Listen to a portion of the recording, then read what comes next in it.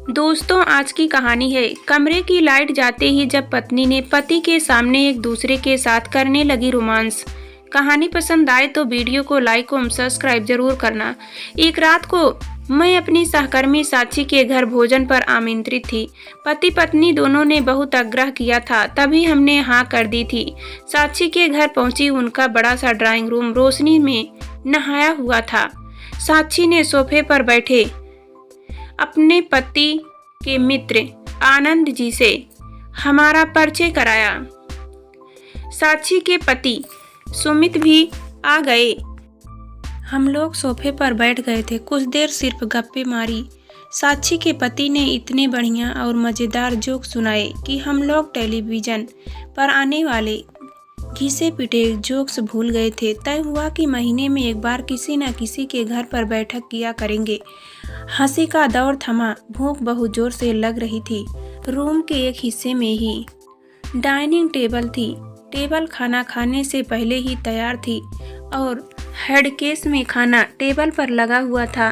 Plates सजी थी। जैसे ही हम खाने के लिए उठने लगे, लाइट चली गई। एक चुटकुले के सहारे 5-10 मिनटों तक इंतजार किया, पर लाइट नहीं आई। आनंद ने पूछा, अरे यार, तुम्हारे पास तो इन्वर्टर था। उनकी जगह साक्षी ने जवाब दिया, हाँ भाई साहब है, पर खराब है। कब से कह रही हूँ कि मरम्मत कराने वाले के यहाँ दे दे, पर ये तो आजकल करते रहते हैं। सुमित ने कहा, बस भी करो, जाओ माचिस तलाश करो, फिर मोमबत्ती ढूंढो, कैंडलाइट डिनर ही सही। साक्षी उठकर किचन की तरफ गई। इधर उधर माचिस तलाशती रही, पर माचिस नहीं मिली। वहीं से चिल्लाई, अरे भाई, ना तो माचिस मिल रही है, ना ही गैस लाइटर जो गैस जलाकर थोड़ी रोशनी कर लूं। अब क्या करूं? करोगी क्या? यहाँ आ जाओ, मिलकर निकम्मी सरकार को ही कोस ले। इसका कौन समय सही है? सुमित ने कहा। अपनी बात आगे बढ़ाते हुए वे बोले, बिजली का कोई भरोसा नहीं है कि कब आएगी कब जाएगी। 4 घंटे का घोषित कट है, पर रहता है 8 घंटे, और बीच बीच में आँख मिचौली कभी और ट्रांसफार्मर खराब हो जाए तो समझ लो 2-3 दिनों तक बिजली गायब। तभी आनंद ने कहा, अरे भाई साहब रुकिए, मेरे पास माचिस है, यह मुझे ध्यान ही नहीं रहा, यह लीजिए। उन्होंने एक तीली जलाकर रोशनी की। सुमित तीली और माचिस लिए हुए चिल्लाई, जल्दी मोमबत्ती ढूंढ कर लाओ। मोमबत्ती यहीं तो साइड में रखी हुई थी। साक्षी ने कहा। दोनों पति पत्नी मेज के पास पहुंचकर दिया सलाई जला कर मोमबत्तियां ढूंढने लगे, पर वह नहीं मिली। कई जगहों पर देखी, लेकिन बेकार। इतने में ही उन्हें एक मोमबत्ती ड्रेसिंग टेबल की दराज में मिल गई। वहीं से वह चिल्लाई, मिल गई।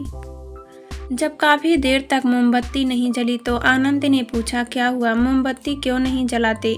क्या अंधेरे में रोमांस चल रहा है? तब तक सुमित ड्राइंग रूम में आ चुके थे। बोले, लानत है यार ऐसी जिंदगी पर। जब मोमबत्ती मिली तो माचिस की तीलियां ही खत्म हो गई। आनंद कुछ कहते, इससे पहले ही बिजली आ गई। सुमित ने मोमबत्ती एक कोने में फेंक दी और बोले, खैर, बत्ती आने से सब काम ठीक हो गया।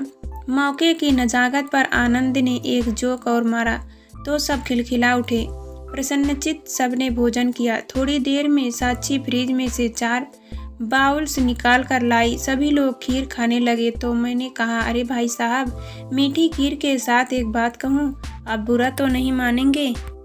सुमित ने खीर मुंह में भरे हुए ही कहा, नहीं, आप तो बस कहिए, क्या चाहती हैं?